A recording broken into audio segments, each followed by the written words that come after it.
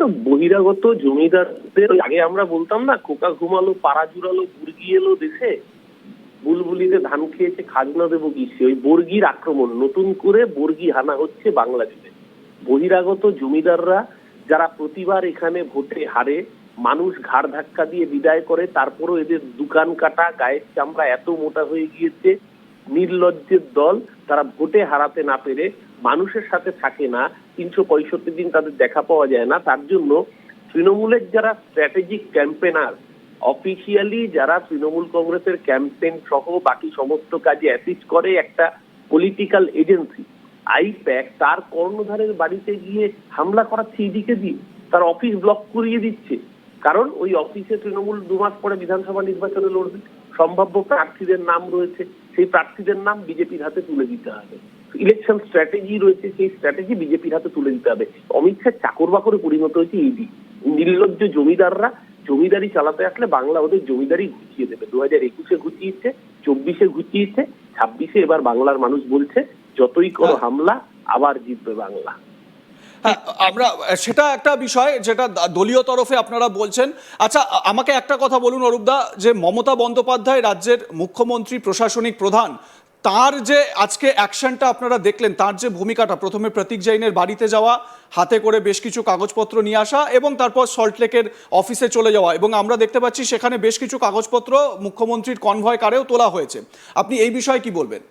বেশ করেছেন, এই জন্যই তো মমতা ব্যানার্জি লিডার সেই হয় যে সামনে দাঁড়িয়ে নেতৃত্ব। এই জন্যই মমতা ব্যানার্জির দেশ নেত্রী, এই জন্যই মমতা ব্যানার্জির যে কারেজ আছে, বিজেপির কোন নেতার হিম্মত হবে না।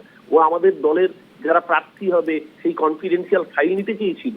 ও আমাদের দলের যারা ক্যাম্পেইন স্ট্র্যাটেজি ঠিক করবে, তার ক্যাম্পেইনের স্ট্র্যাটেজি সেই ফাইল নিতে চেয়েছিল, চুরি করতে চেয়েছিল। অত সস্তা বাংলার বুক থেকে এরকম ভাবে রাহাজানি করে লুট করে বেরিয়ে যাবে, এটা তো বিহার নয় যে ভোট চুরি করে জিতে যাবে। এতদিন ভোট চুরি করতো, এখন বিরোধী দলের তথ্য চুরি করতে লেগেছে। ইলেকশন কমিশনকে দিয়ে ভোট চুরি করাবে, আর ইডি সিবিআই কে দিয়ে বিরোধী দলের তথ্য চুরি করবে। এই ভোট চোর এবং ডেটা চোর, এই দুই চোরকেই বাংলা নাকানি চোবানি খাওয়াবে। মমতা বন্দ্যোপাধ্যায় যা করেছেন বেশ করেছেন। হিম্মত থাকলে কোর্টে যান, হিম্মত থাকলে যেখানে খুশি যাওয়ার যান।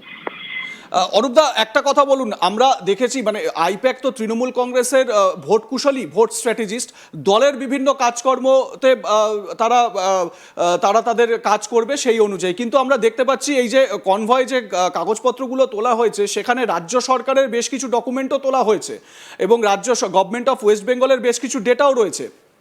স্বাভাবিক তো, থাকবে তো, কারণ গভর্নমেন্ট অফ ওয়েস্ট বেঙ্গলের যে ডেটাগুলো তোলা হয়েছে সেগুলো সব ওয়েবসাইটে পোর্টালে পাওয়া যায়।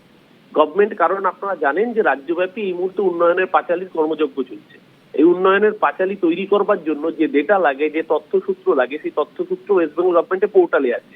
তো স্বাভাবিকভাবেই তার কপি আইপ্যাকের কাছে থাকবেই, কারণ আইপ্যাক তো সেটার উপর নির্ভর করে উন্নয়নের পাঁচালী ক্যাম্পেইন স্ট্র্যাটেজি তৈরি করেছে, যে এই সরকার বিগত 11 বছরে কি কি কাজ করেছে। ওখানে দেখবেন কন্যাশ্রীর তালিকার তথ্য রয়েছে, যে কত মানুষ বাংলায় কন্যাশ্রী পেয়েছে।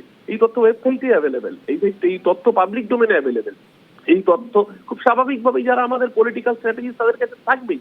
এটা আমরা কি বুঝবো? এ তো পাবলিক ডোমেনে অ্যাভেলেবেল তথ্য, কার কাছে কি রয়েছে না রয়েছে তাতে ওদের কি মাথা ব্যথা।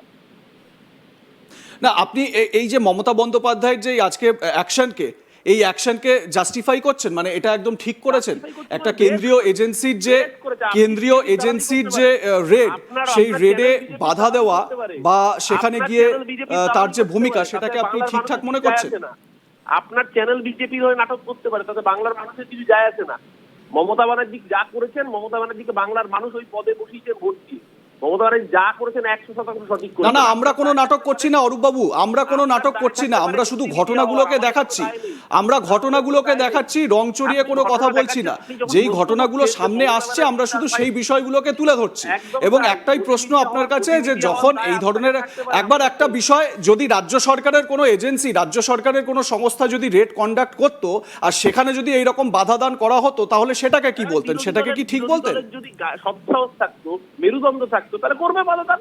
আমাদের মেরুদণ্ড আছে, আমরা জানি এখানে অন্যায় কিছু করিনি, তাই বাধাদান করেছি। বেশ করেছি।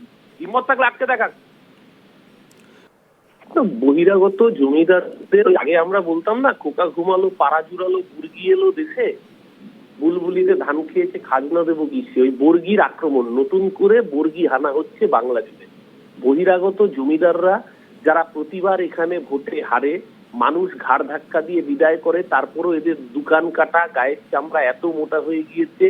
নির্লজ্জের দল, তারা ভোটে হারাতে না পেরে মানুষের সাথে থাকে না, 365 দিন তাদের দেখা পাওয়া যায় না। তার জন্য তৃণমূলের যারা স্ট্র্যাটেজিক ক্যাম্পেনার, অফিসিয়ালি যারা তৃণমূল কংগ্রেসের ক্যাম্পেইন সহ বাকি সমস্ত কাজে অ্যাসিস্ট করে একটা পলিটিক্যাল এজেন্সি আইপ্যাক, তার কর্ণধারের বাড়িতে গিয়ে হামলা করাচ্ছে ইডিকে দিয়ে, তার অফিস ব্লক করিয়ে দিচ্ছে।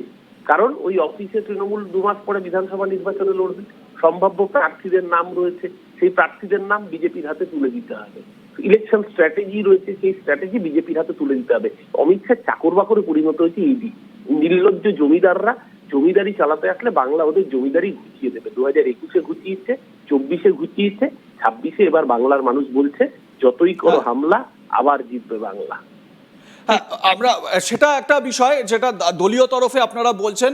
আচ্ছা, আমাকে একটা কথা বলুন অরূপদা, যে মমতা বন্দ্যোপাধ্যায় রাজ্যের মুখ্যমন্ত্রী, প্রশাসনিক প্রধান, তার যে আজকে অ্যাকশনটা আপনারা দেখলেন, তার যে ভূমিকাটা, প্রথমে প্রতীক জৈনের বাড়িতে যাওয়া, হাতে করে বেশ কিছু কাগজপত্র নিয়ে আসা এবং তারপর সল্টলেকের অফিসে চলে যাওয়া, এবং আমরা দেখতে পাচ্ছি সেখানে বেশ কিছু কাগজপত্র মুখ্যমন্ত্রীর কনভয় কারেও তোলা হয়েছে।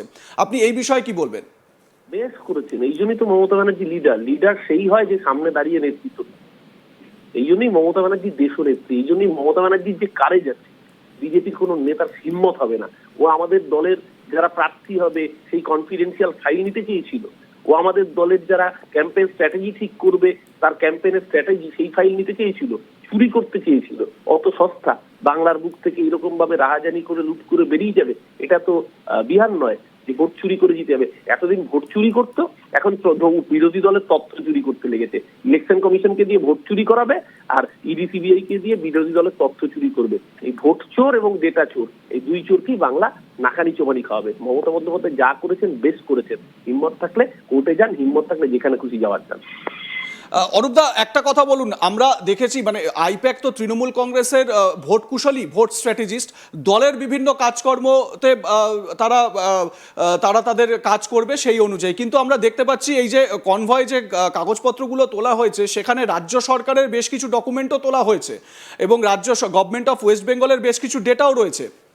স্বাভাবিক তো, থাকবে তো, কারণ গভর্নমেন্ট অফ ওয়েস্ট বেঙ্গলের যে ডেটাগুলো তোলা হয়েছে সেগুলো সব ওয়েবসাইটে, পোর্টালে পাওয়া যায়। গভর্নমেন্ট, কারণ আপনারা জানেন যে রাজ্যব্যাপী এই মুহূর্তে উন্নয়নের পাঁচালীর কর্মযজ্ঞ চলছে। এই উন্নয়নের পাঁচালী তৈরি করবার জন্য যে ডেটা লাগে, যে তথ্যসূত্র লাগে, সেই তথ্যসূত্র ওয়েস্ট বেঙ্গল গভর্নমেন্টের পোর্টালে আছে। তো স্বাভাবিকভাবেই তার কপি আইপ্যাকের কাছে থাকবেই, কারণ আইপ্যাক তো সেটার উপর নির্ভর করে উন্নয়নের পাঁচালী ক্যাম্পেইন স্ট্র্যাটেজি তৈরি করেছে, যে এই সরকার বিগত 11 বছরে কি কি কাজ করেছে। ওখানে দেখবেন কন্যাশ্রীর তালিকার তথ্য রয়েছে, যে কত মানুষ বাংলায় কন্যাশ্রী পেয়েছে। এই তথ্য ওয়েবসাইটে অ্যাভেলেবেল, এই তথ্য পাবলিক ডোমেনে অ্যাভেলেবেল। এই তথ্য খুব স্বাভাবিকভাবেই যারা আমাদের পলিটিক্যাল স্ট্র্যাটেজি তাদের কাছে থাকবেই। এটা আমরা কি বুঝবো? এটা পাবলিক ডোমেনে অ্যাভেলেবেল তথ্য, কার কাছে কি রয়েছে না রয়েছে তাতে ওদের কি মাথা ব্যথা?